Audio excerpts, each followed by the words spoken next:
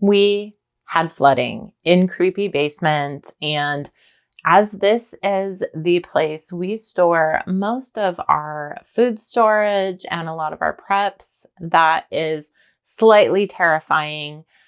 We had an atmospheric river come through our area. The ground is frozen. Obviously, it's North Idaho.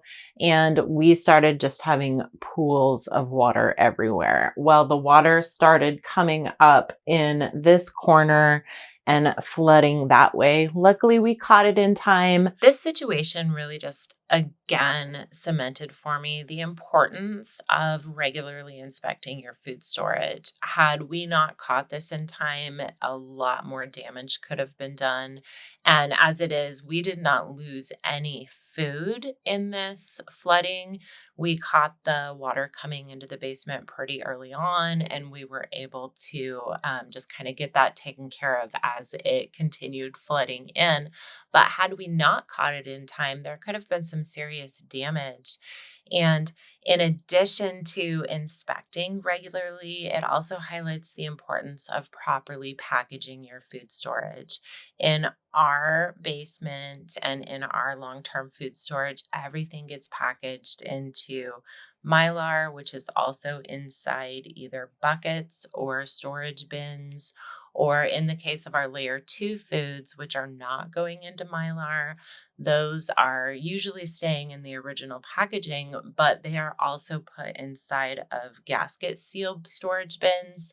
So had the water gotten to those bins and the buckets and the bins that were on the bottom shelves, they would have had some initial protection. Because I had to move furniture, get out the shop vac, clean things up, that means I am reorganizing creepy basement. I love these shelves from Costco. They are solid.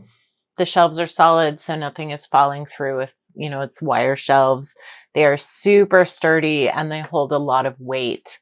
One of the problems that I find in my food storage with these shelves is there's a lot of wasted space because I store a lot of things in jars, from quart jars to half pint jars to pint jars. And space is a premium. So I know creepy basement is awesome that we have this space, but it is not quite as big as everyone always thinks it is. So I'm going to convert one of these shelves that I have over there in the part of my food storage where I store things that we are getting into. It's where my working pantry buckets are, but I'm going to convert one of these into a shelving unit that is going to work a lot better for glass jar storage. I am headed out to the barn to see if I have any of the shelves that I get from Costco that are not put together, because I want to add some shelves to one of my shelves in the basement. So let's head out to the barn and see if we have anything out there.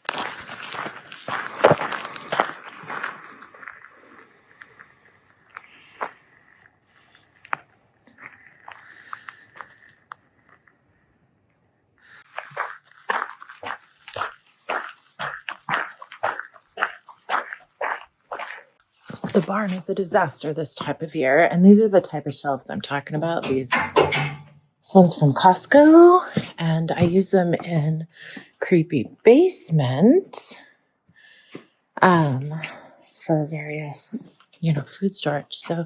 But I need some extra pieces to add to one. So I'm going to take a look around and see what I can find out here.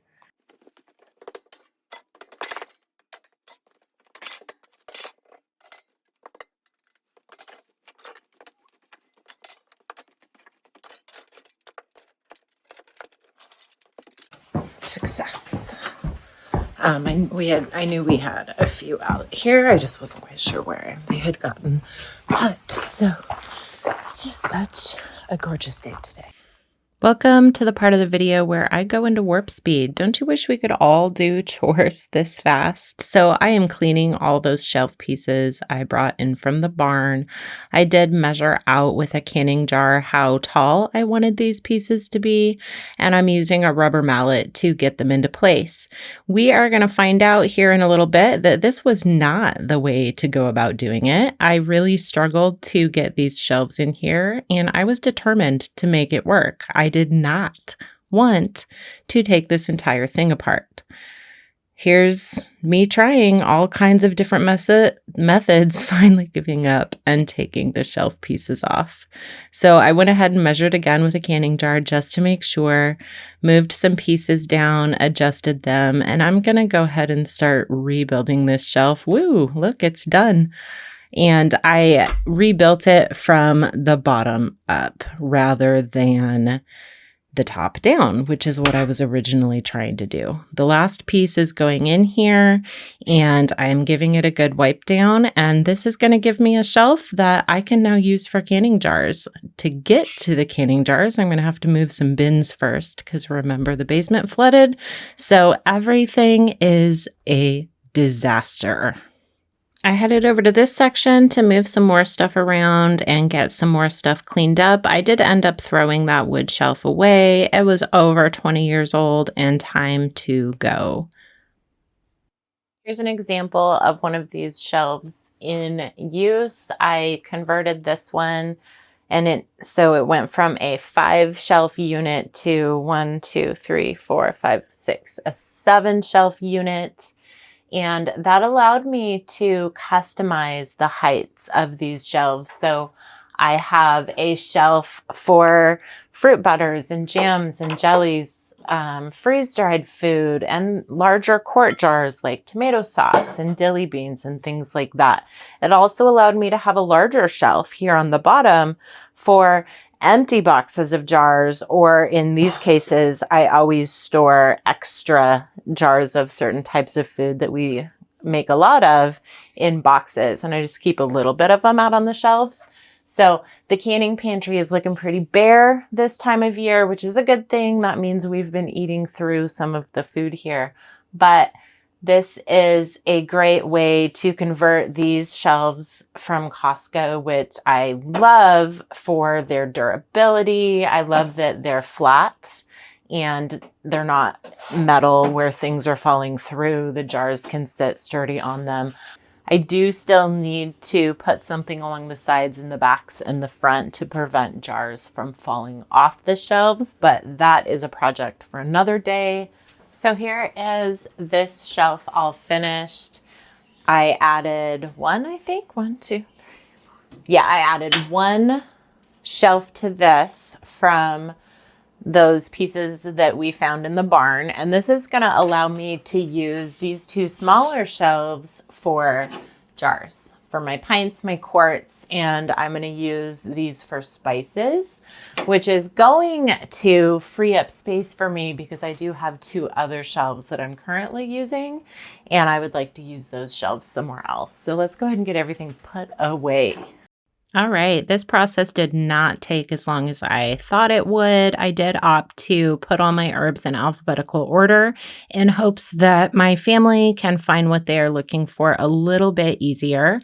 I do buy almost all of my herbs in bulk, what I don't grow myself, and you can watch a YouTube video on how I store herbs and spices in bulk here.